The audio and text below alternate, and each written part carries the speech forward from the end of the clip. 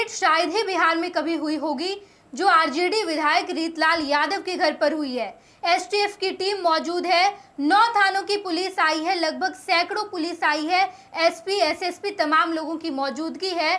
Black commando बड़े बड़े बक्से में उपकरण लेकर जा रहे हैं।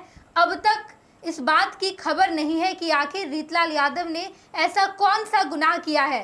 रीतलाल यादव के घर पर ऐसा क्या है कि इतनी भारी संख्या में पुलिस यहां पर मौजूद है। इस मसले पर बातचीत करेंगे। हमारे साथ हमारे वरिष्ठ सहयोगी विवेकानंद जी। विवेकानंद जी, आप लगातार बिहार की सियासत को देख रहे हैं। एक विधायक के घर पर सैकड़ों की संख्या में पुलिस आई हुई है। बिल्कुल, और इस तरह की कार्रवाई, इस तरह की छापेमारी शायद ही लोगों ने देखी होगी। सुनने के लिए तो बहुत सारे लोग सुने होंगे कि इस तरह की छापेमारी हो, लेकिन लाइव तस्वीर हम लोग देखिए स्क्रीन पर क्या दिख रहा है। स्क्रीन पर दिख रहा है कि ब्लैक कमांडोज बक्से में कुछ ले जा रहे हैं और यही आवाज़ जो है ये रीतलाल यादव की आवाज़ है। और वहाँ उनके आवाज़ पर जो ब्लैक कमांडोज हैं, जो एटीएस की जो टीम है, वो टीम जो हथियार जांच करने वाली मशीन है, जो जिसे बक्सा में रख करके उनके घर के अंदर ले जाया गया है और चप्पे चप्पे की तलाशी ली जा रही है। और ये तस्वीर देखिए, ये तस्वीर उसी जगह की है। देखिए, जिप्सी से जो ब्लैक कमांडोज हैं उतरते हैं, उनके साथ 2 बक्सा है, बैग है, 2 ट्रॉली बैग है और उसी ट्रॉली बैग में जो हथियार जांच करने वाली जो मशीन होती है, आर्म्स डिटेक्टर मशीन जो है, इसी बक्से में है। और 2 बक्से को अंदर ले जाया गया है और इसके माध्यम से पूरे तौर पर रीतलाल यादव का जो 4-5 मंजिल का जो मकान है दानापुर इलाके में, उस तमाम मतलब उनके कोने कोने की तलाशी ली जा रही है। खबर है, हालांकि पुलिस इस बात की पुष्टि नहीं की है कि हमें हथियार मिलने की सूचना है। पुलिस का कहना है, जो पटना पश्चिम के एसपी हैं, सिटी एसपी जो हैं, उन्होंने कहा है कि एक व्यक्ति ने आवेदन दिया, उस आधार पर हम लोगों ने जांच की और कोर्ट से सर्च वारंट लेने के बाद हम विधायक जी के आवास पर पहुंचे हैं, जांच कर रहे हैं। अब समझिए, दिन के उजाले में कहा जा रहा है कि 1000 के आसपास वहां पर महिला और पुलिस के कर्मी जवान वहां पर मौजूद हैं। कई थानों के जो एसएचओ हैं, जो वरीय अधिकारी हैं, एसडीपीओ हैं, एएसपी हैं, एसपी हैं, इन तमाम अधिकारियों के नेतृत्व में एक बड़ी फौज जो है, आप कह सकती हैं कि बड़ी फौज को दानापुर में रीतलाल यादव के आवास पर उतारा गया है और उसका नेतृत्व खुद सिटी एसपी पश्चिम कर रहे हैं। और कहा जा रहा है कि पुलिस मुख्यालय ने इस पर हरी झंडी दी और इसके बाद हजारों की संख्या में, जिसमें आप देखिएगा तो एसटीएफ भी है, जिला पुलिस भी है, एसटीएफ के साथ साथ एटीएस का मतलब हुआ आतंकवाद निरोधक दस्ता। आतंकवाद निरोधक दस्ता को भी इस ऑपरेशन में लगाया गया, यानी कि कुछ न कुछ बड़ा मामला है, कुछ न कुछ बड़ी जानकारी पटना पुलिस को लगी है, तभी एक विधायक के घर पर इतनी बड़ी फौज वहां पर उतारी गई है। मकसद साफ है, मैसेज साफ है कि अब जो है, अब ज़्यादा दिनों तक आपकी मतलब नहीं चल सकती है। और आप देखिए कि रीतलाल यादव को लेकर के क्या चर्चा होती है। रीतलाल यादव को लेकर होती है कि इन पर पहले से भी कई मुकदमे दर्ज हैं, बाहुबली और कुख्यात, आप उसको कुख्यात कहिए, कुख्यात विधायक। इसके पहले उन पर कई केस, संगीन मामले दर्ज हुए थे, मर्डर केस से लेके अपहरण, रंगदारी, इस तरह के मामले इन पर दर्ज हुए थे।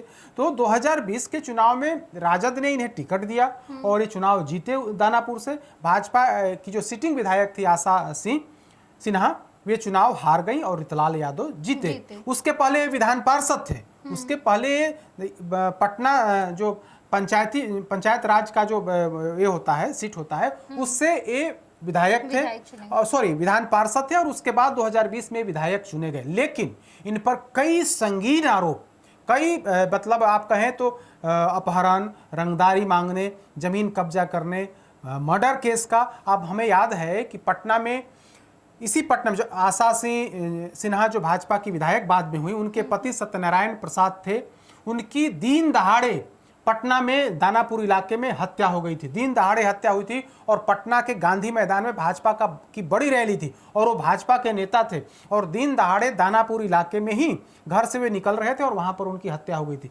आरोप किस पर लगा था? आरोप रीतलाल यादव पर लगा था। इनके खिलाफ मुकदमा दर्ज हुआ था, लेकिन बाद में संभवतः कोर्ट से उनको रिलीफ मिला, पटना सिविल कोर्ट से उनको रिलीफ मिल गया था। इसके अलावा कई अन्य मामले इन पर हैं, कई मतलब लंबी फेहरिस्त है क्राइम का जो है, क्राइम कुंडली अगर आप देखेंगी तो कई आरोप इन पर हैं। और अब जो नया मामला है कि पटना की पुलिस पूरी फौज के साथ, जिसमें से एटीएस है, एसटीएफ है, कई जिलों के कई थानों के एसएचओ हैं, कई एएसपी, डीएसपी और खुद एसपी वहां पर ऑपरेशन का नेतृत्व कर रहे हैं। तो कुल मिलाकर के कहें तो जो जानकारी निकल करके सामने आ रही है कि पुलिस ने उनके आवास को पहले चारों तरफ से घेर लिया और घेरने के बाद ऑपरेशन की शुरुआत हुई है। और ये मशीन जो है, जो हम लोग स्क्रीन पर दिखा रहे हैं, वो मशीन अंदर कुछ देर पहले उसे ले जाई गई है और फिर से जांच जो है चप्पे चप्पे का जांच किया जा रहा है। कहा जा रहा है, जो खबर आ रही है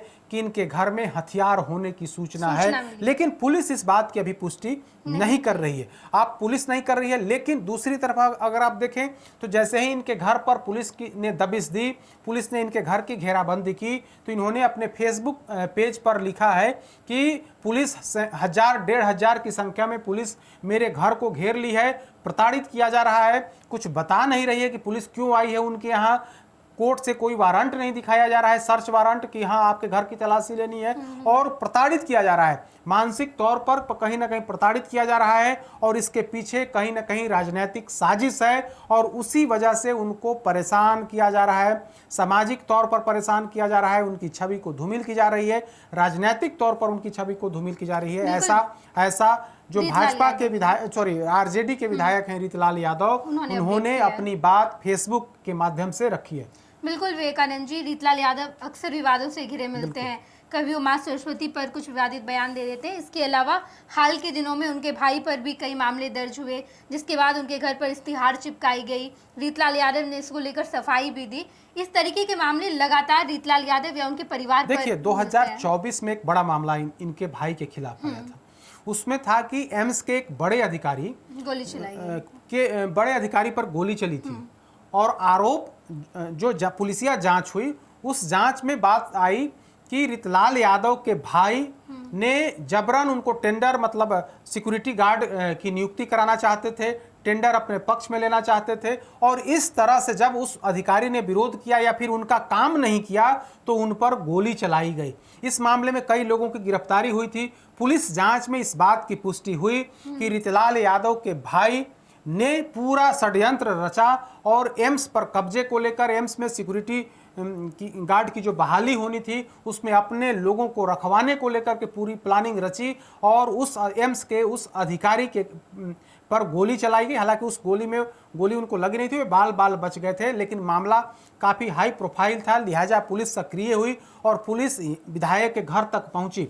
तब विधायक ने कहा था, रीतलाल यादव ने कहा था कि अगर मेरा भाई दोषी हुआ तो वे विधायकी से इस्तीफा कर देंगे। जांच में पूरी बात सामने आ गई और जांच में यह बात आई कि रीतलाल यादव के भाई ने ही पूरी प्लानिंग रची थी और उनके लोगों ने ही उस अधिकारी पर गोली चलाई थी। तो उस मामले में काफ़ी दिन तक रीतलाल यादव के भाई भागे रहे, इश्तिहार चिपकाया गया, कुर्की जब्ती का वारंट वगैरह निकला। इसके बाद रीतलाल यादव के भाई ने कोर्ट में समर्पण, पुलिस के समक्ष कोर्ट में समर्पण किया। तो इस तरह से 2024 में वो मामला आया था। अब 2025 है और आज जिस तरह से पटना की पुलिस पूरे लाव लश्कर के साथ, पूरी तैयारी के साथ, जिसमें एटीएस है, एसटीएफ है, कई जिलों की, कई थानों की पुलिस है, बड़े बड़े अधिकारी हैं और तमाम लोग कई घंटों से उनके घर की घेराबंदी किए हुए हैं, तो निश्चित तौर पर कुछ ना कुछ मामला गंभीर है। हम लोग भी इंतजार कर रहे हैं कि पुलिस की तरफ से क्या जानकारी आती है, क्या कुछ हथियार बरामद हुआ है या फिर और क्या कुछ है, क्या कुछ बात है। क्योंकि पुलिस सिर्फ एक लाइन की बात कर रही है कि किसी शख्स ने कंप्लेन किया, कंप्लेन के आधार पर जांच हुई और हमने कोर्ट से सर्च वारंट लेकर के हम यहाँ पर पहुंचे। इसके अलावा कोई बात पुलिस की तरफ से नहीं कही गई। दूसरी तरफ जो आरोपी विधायक हैं, जो रीतलाल यादव, उनका कहना है कि उन्हें मानसिक तौर पर और सामाजिक तौर पर प्रताड़ित करने किया जा रहा है, सामाजिक प्रतिष्ठा उनकी धूमिल की जा रही है। बिल्कुल, रीतलाल यादव के घर पर इस वक्त हजारों की संख्या में पुलिस की मौजूदगी है, ब्लैक कमांडो है, एटीएस है, एसटीएफ है और जितने पुलिस है पटना पुलिस और इसके अलावा आसपास के तमाम थानों की पुलिस की वहां पर मौजूदगी है। अब तक पूरा मामला निकलकर सामने नहीं आया।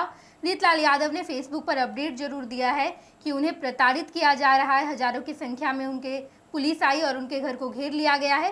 क्या मामला है ये हम आपको जरूर बताएंगे। आप देखते रहिएगा first Bihar Jharkhand. Panorama group, जो सोचता है वो करता है। आपके अपने सपनों का आशियाना। ये लो, मुंह मीठा करो। आज मैंने अपना जॉब छोड़ दिया। अब हम पूर्णिया वापस जाएंगे। जॉब छोड़ दिया है? मतलब ये घर कैसे चलेगा? हम करेंगे क्या? और माँ बाबूजी क्या बोलेंगे?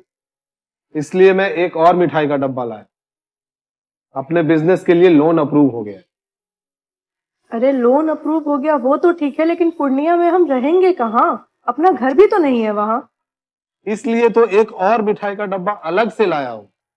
हमने पूर्णिया में घर ले लिया है, पूर्णिया के ई होम्स पैनोरमा में। पूर्णिया में पैनोरमा ग्रुप लेकर आए हैं ई होम्स पैनोरमा। बड़ा घर, आलीशान जिंदगी और अत्याधुनिक सुविधाओं के संग। अरे अरे, अब क्यों मुंह मीठा करवा रही हो? क्योंकि हम घर वापसी जो कर रहे हैं। घर वापसी की खुशी पूर्णिया में ई होम्स पैनोरमा के संग। E homes panorama, luxurious lifestyle redefined.